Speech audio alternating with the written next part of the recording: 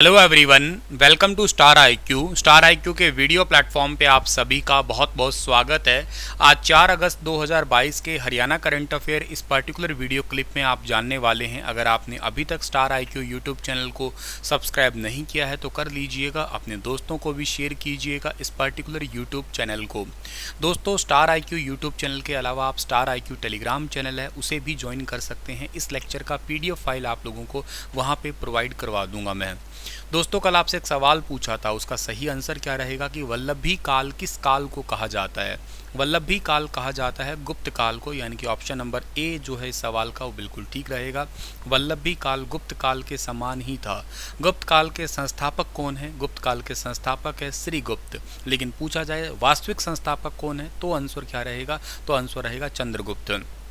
अच्छा, आज का पहला सवाल हमारा पढ़ने से पहले आप लोगों के लिए एक छोटी सी न्यूज़ है। वही क्या है कि ISSF यानी कि international shooting sports federation world cup था राइफल, पिस्टल और शॉटगन 2022 जो कि दक्षिण कोरिया के चांगवोन में आयोजित किया गया था। उसमें भारत 15 पदक के साथ में जो है ना वो मेडल लिस्ट में नंबर 1 पे रहा।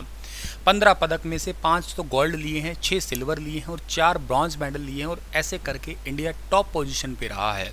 ये एक्चुअली 9 जुलाई से लेके 21 जुलाई के बीच में हुआ था दक्षिण कोरिया के अंदर। ठीक है, दक्षिण कोरिया के अंदर जो है ना एक लास्ट दिन 1 कांस्य और 12 पदक यानी कि 4 गोल्ड, 5 रजत, 3 कांस्य के साथ टूर्नामेंट का समापन किया गया था। ठीक है, ये तो चलो ठीक हुआ हमारा। इसमें नंबर 1 पे कौन सा देश रहा? नंबर 1 पे रहा भारत और दक्षिण कोरिया का मैंने अभी बताया 12 पदक के साथ में। 2 नंबर पे, 3 नंबर पे इसमें चेक गणराज्य रहा था। इंडिया टॉप पोजीशन पे, वेरी इंपॉर्टेंट बात।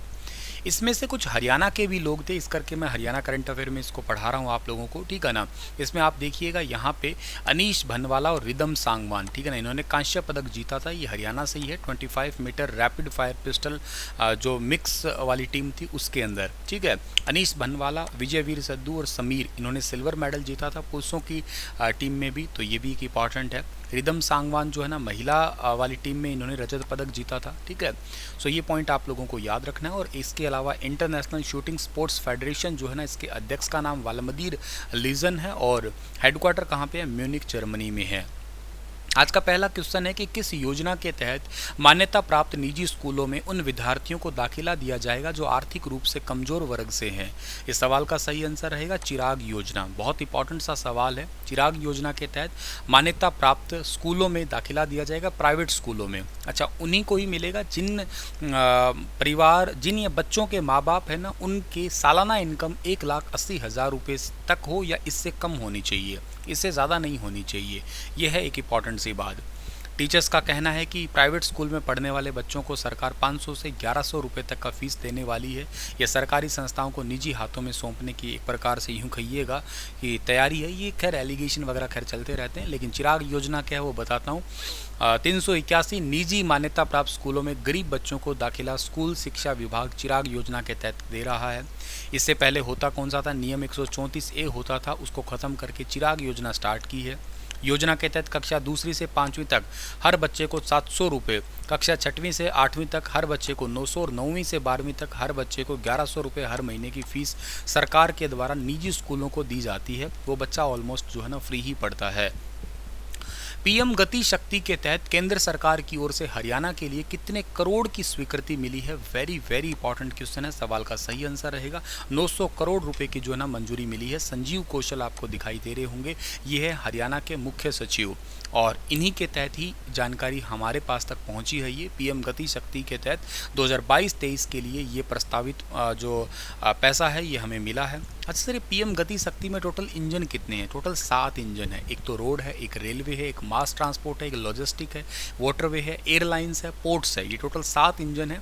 और जनरली ये जो पैसा है ना ये सड़क टर्मिनल के लिए, लॉजिस्टिक हब के लिए, बस टर्मिनल के लिए, जल के लिए, पानी के लिए, सीवरेज लाइन को भी थोड़ा इसमें ऐड ऑन कर दिया जाएगा, सड़कों के किनारे वाले, तो उन सभी को सुसंगत रूप से जो है ना सेट करने के लिए पैसा दिया गया है हरियाणा को। हरियाणा सरकार ने फसल अवशेष प्रबंधन हेतु कृषि यंत्रों के लिए कितने प्रतिशत अनुदान देने की घोषणा की है? तो इसके लिए टोटल 50% के अनुदान देने की घोषणा की है।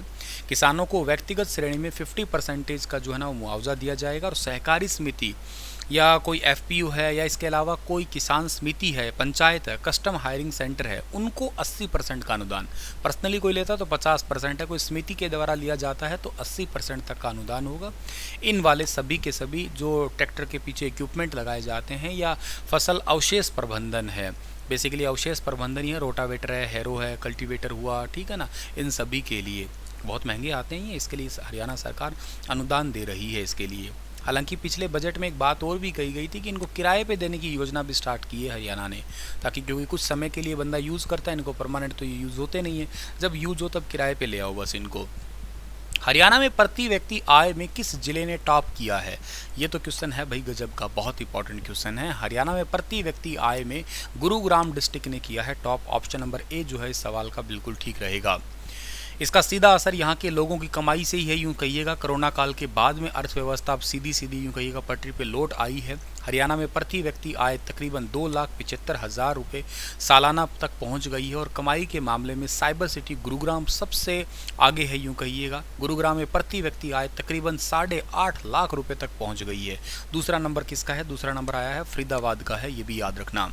तो एक सर्वे किया गया था, उस सर्वे के अनुसार हरियाणा में औद्योगिक शहरों के मुकाबले अन्य जिलों में भी प्रति व्यक्ति आय जो है ना बहुत कम है। जैसे नू है, नू की प्रति व्यक्ति आय सालाना 1 लाख रुपए से भी कम ही है, 1 लाख रुपए तक ही सिमट रही हो, समझना। तो गुरुग्राम की तुलना में समझो 8 गुना कम है ये। इस तरह दक्षिण हरियाणा में पड़ते भिवानी है, चरखी दादरी है, फतेहबाद, सिरसा, हिसार, जींद, महेंद्रगढ़, यहाँ की भी प्रति व्यक्ति आय सालाना 2 लाख रुपए तक ही है या इससे भी नीचे ही है, यानी कि अंत्योदय परिवार है, समझना। गुरुग्राम के बाद फरीदाबाद इकलौता जिला ऐसा है जहाँ प्रति व्यक्ति आय 4 लाख रुपये से ज़्यादा है। 3.67 लाख रुपए प्रति व्यक्ति आय के साथ पानीपत के लोग तीसरे पे, पंचकुला के लगभग 3 लाख रुपए की कमाई के साथ चौथे स्थान पे आते हैं।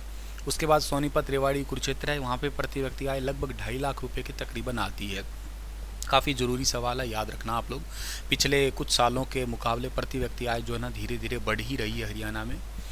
पानीपत पुलिस की हेड कांस्टेबल जिसने हाल ही में विश्व पुलिस खेल प्रतियोगिता में स्वर्ण पदक हासिल करके हरियाणा का नाम रोशन किया है, नाम है इनका संतोष शर्मा।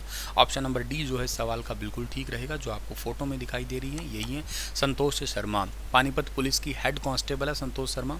विश्व पुलिस खेल प्रतियोगिता में गोल्ड मेडल जीता है।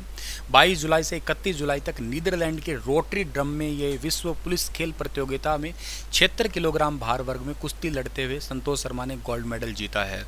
नीदरलैंड में आयोजित पुलिस गेम में हरियाणा पुलिस के 9 खिलाड़ियों ने हिस्सा लिया और 7 मेडल जीत लाए। वो हरियाणा पुलिस का नाम रोशन करने में सभी पुलिसकर्मियों ने, यूँ कहिएगा, उनको डीजीपी ने सम्मानित किया। DGP director general of police कौन है? पीके प्रशांत कुमार, ये भी याद रखना है आपको।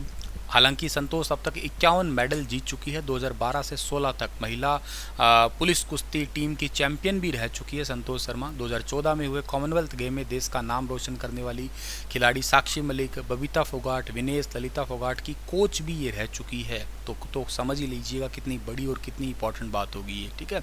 और इनका आने वाला लक्ष्य ये है कि 2023 में कनाडा में अंतर्राष्ट्रीय पुलिस खेल प्रतियोगिता में देश को गोल्ड जिताना ही इनका सीधा उद्देश्य है। सिवाहा गाँव की बेटी है, याद रखना आप लोग, ठीक है ना, पानीपत के।